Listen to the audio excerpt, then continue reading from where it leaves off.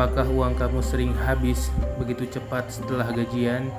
Jika iya, temukan solusi cerdas dan langkah-langkah bijak untuk mengelola keuangan kamu dengan lebih efektif.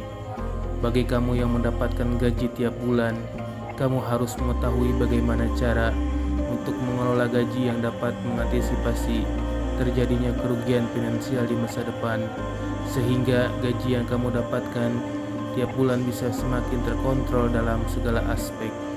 Selain menjamin keadaan finansial yang lebih terencana, metode ini juga bisa membuat gaji kamu tidak mudah habis. Jadi, kamu tidak akan pernah mengeluh jika gaji yang didapatkan habis pada saat waktu yang tidak seharusnya. Semua pengeluaran juga tentunya harus kamu catat. Dengan begitu, semua pengeluaran akan terdeteksi dengan menggunakan cara ini. Intinya, baik itu gaji kecil hingga gaji besar, pasti memiliki kebutuhannya masing-masing.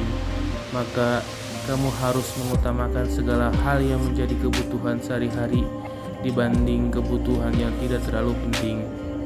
Untuk mengalokasikan gaji bulanan dapat digunakan dengan cara berikut ini. 1. Formula 40-30-20-10 alokasi gaji. Sebelum menabung, kamu bisa memulainya dengan mendaftarkan persentase alokasi gaji tersebut. Untuk menggunakan metode persentase ini, kamu juga harus memiliki ketelitian yang maksimal. Kamu harus mencatat semua pengeluaran yang kamu lakukan secara detail. Meskipun jumlahnya yang sangat kecil pun, tetap harus kamu catat. Dengan begitu, segala pengeluaran bisa kamu lihat kembali meski waktu kejadiannya sudah lama. Lalu, sebelum mengalokasikan gaji kamu untuk kebutuhan lainnya, kamu juga harus menerapkan metode save before you spend, yang artinya kamu harus selalu menabung terlebih dahulu sebelum mengkonsumsi gaji yang kamu dapatkan. Formula ini juga punya penjabaran secara tersendiri yang perlu kamu ketahui secara jelas. Angka 40 merupakan persentase yang dialokasikan untuk kebutuhan hidup dan biaya bulanan. Contohnya seperti kebutuhan makan, transportasi, listrik, air, kuota internet, dan sebagainya.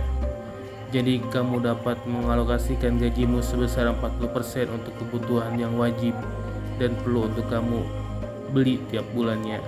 Angka 30 merupakan persentase yang dialokasikan untuk kebutuhan sarana, cicilan, dan hutang-hutang lainnya jika ada.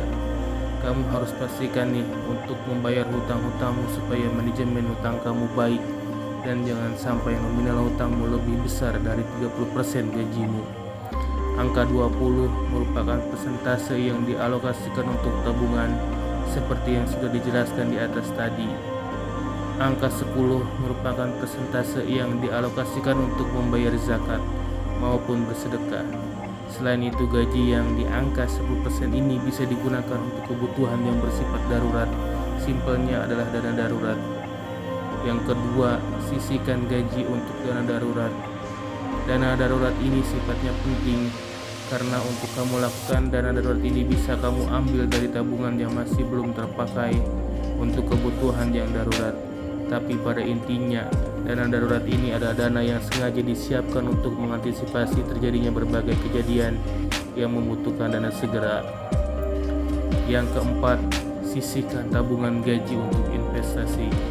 Masih ada beberapa masyarakat di Indonesia yang belum paham tentang keuntungan dari investasi.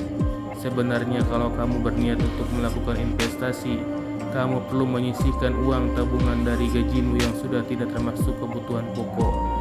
Jadi dana investasi ini tidak akan mengganggu pembelanjaan kebutuhan pokok yang harus kamu penuhi.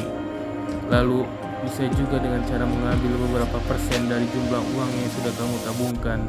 Jadi misal kamu sudah menabung gajimu selama 4 bulan dan kamu berniat untuk investasi, kamu bisa mengambil sekitar 10-30% dari tabunganmu tadi untuk kamu investasikan.